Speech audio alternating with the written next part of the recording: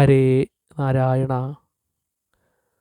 ആദർശവാനായിട്ടുള്ള ഒരു ഉത്തമ മനുഷ്യനാണ് വാൽമീകി രാമായണത്തിലെ രാമനെങ്കിൽ മനുഷ്യൻ്റെ ധർമ്മനിഷ്ഠയാകുന്ന അതിർത്തിക്കുള്ളിൽ ഒതുങ്ങി നിൽക്കുന്ന ഈശ്വരനാണ് അധ്യാത്മരാമായണത്തിലെ ശ്രീരാമൻ. വിവിധ കഥാപാത്രങ്ങളിലൂടെ മനുഷ്യനും ഈശ്വരനും തമ്മിലുള്ള ബന്ധത്തിനെ പല രൂപത്തിൽ ചിത്രീകരിക്കുന്ന ആധ്യാത്മിക ഗ്രന്ഥമാണ് അധ്യാത്മരാമായണം. ജനങ്ങളിൽ ആധ്യാത്മിക ജ്ഞാനം വളർത്താനും ഭക്തി വർദ്ധിപ്പിക്കാനും സദാചാര മൂല്യങ്ങൾ ഉയർത്തി കാണിക്കാനൊക്കെ വേണ്ടിയിട്ടാണ്, വളർത്താനൊക്കെ വേണ്ടിയിട്ടാണ് ഇത് രചിച്ചിട്ടുള്ളത്.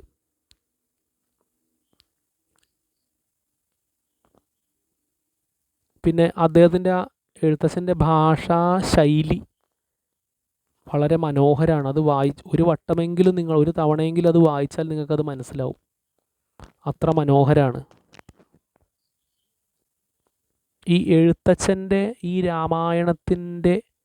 രാമായണ കൃതിയിലൂടെയാണ് നിലവാരം ഉള്ള ഒരു ഭാഷാ ശൈലി മലയാളത്തിലേക്ക് വന്നത്.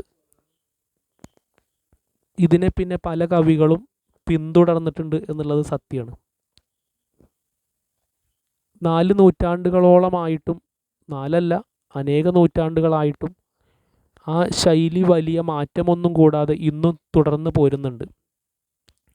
അതിൽ ഓരോ പദങ്ങളും ഓരോ വാക്കുകളും ഓരോ അക്ഷരങ്ങളും വളരെ മനോഹരമാണ്. രാമായണത്തിലെ ലാളിത്യവും മാധുര്യവും ഒക്കെ അതിൽ കാണാം.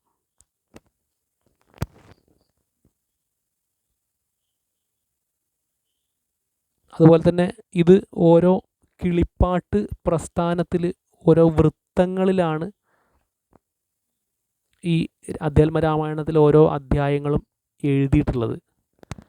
ആ വൃത്തങ്ങൾ എന്ന് പറയുന്നത് കിളിപ്പാട്ട് വൃത്തങ്ങളായിട്ടുള്ള കേക, കാകളി, അന്നനട, കളകാഞ്ചി തുടങ്ങിയിട്ടുള്ള അനേകം വൃത്തങ്ങളിലാണ് ഇത് എഴുതിയിട്ടുള്ളത്.